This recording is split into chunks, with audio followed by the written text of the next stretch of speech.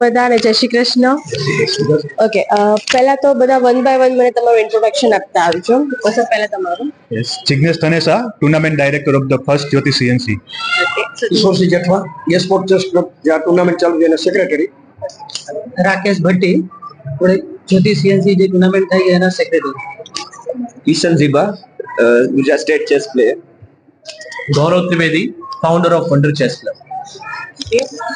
હવે મને તમારું એ કહી દો કે આજે જે આપણે ટુર્નામેન્ટ ગોઠવી હતી એમાં કેટલા લોકો પાર્ટિસિપેટ કર્યું હતું અને એ ટુર્નામેન્ટ કેવી રીતના આપણું પ્લાન આઉટ થયેલું છે એના વિશે મને જણાવીએ. આજે સ્પોર્ટ ચેસ ક્લબ દ્વારા ઘણા વર્ષોથી open Gujarat rapid chess tournament રમાડવામાં આવે છે.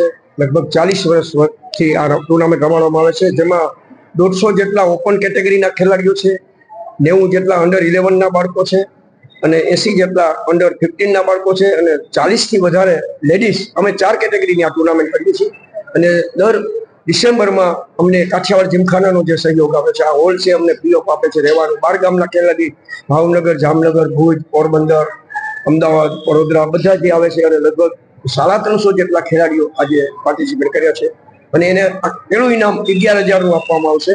અને એવી રીતે અમે એમાં બીજા પી પ્રભુદાસ, જીમીભાઈ દક્ષિણી કે જેને અંડર 11 અંડર 15 ના બાળકો માટે વર્ષોથી સેવા કરે છે. અરવિંદભાઈ મણિયાર, જનકલ્યાણ ટ્રસ્ટ એનો પણ સહયોગ છે, એનો પણ અમને નાગરિક બેંક, રાજકોટ નાગરિક બેંક એનો પણ સહયોગ છે અને ખાસ જીમખાનાનો સહયોગ કે જે 2 દિવસ અમને પૂરેપૂરી આ ટુર્નામેન્ટ માટે આ પૂરો હોલ બધું પ્રિમાઇસીસ આપેલ છે. એમાં એમના પ્રમુખ નરેન્દ્રસિંહભાઈ અને બધા જેટલા સ્પોન્સર છે એનો આ તકે આભાર માનું છું. સ્પોર્ટ ચેસ ક્લબના સ્વર્ગસ્થ નટુભાઈ એ ચાલુ કરી હતી ઓટલા ઉપર રાજકોટમાં આ ટુર્નામેન્ટ રમાડતા હતા ખાલી પ્રેક્ટિસ, અને ત્યાંથી વહેતા થઈને અત્યારે મોટામાં મોટી ટુર્નામેન્ટો આ થઈ રહી છે. અને 4 વર્ષ પહેલા રેટિંગ ટુર્નામેન્ટ પણ ફ્રી ઓફ રાજકોટ મ્યુનિસિપલ કોર્પોરેશનના સહયોગથી કરી હતી કે જેમાં રેટેડ ખેલાડીઓને પણ રમવાનો ચાન્સ મળ્યો હતો. ને એ ગુજરાત નહીં પણ ઇન્ડિયામાં કોઈ ફ્રી ટુર્નામેન્ટ રેટિંગ ટુર્નામેન્ટ નથી કરી એવી ટુર્નામેન્ટ સ્પોર્ટ ચેસ ક્લબ કરી છે. જેમાં મારું નામ કિશોરસિંહ જેઠવા.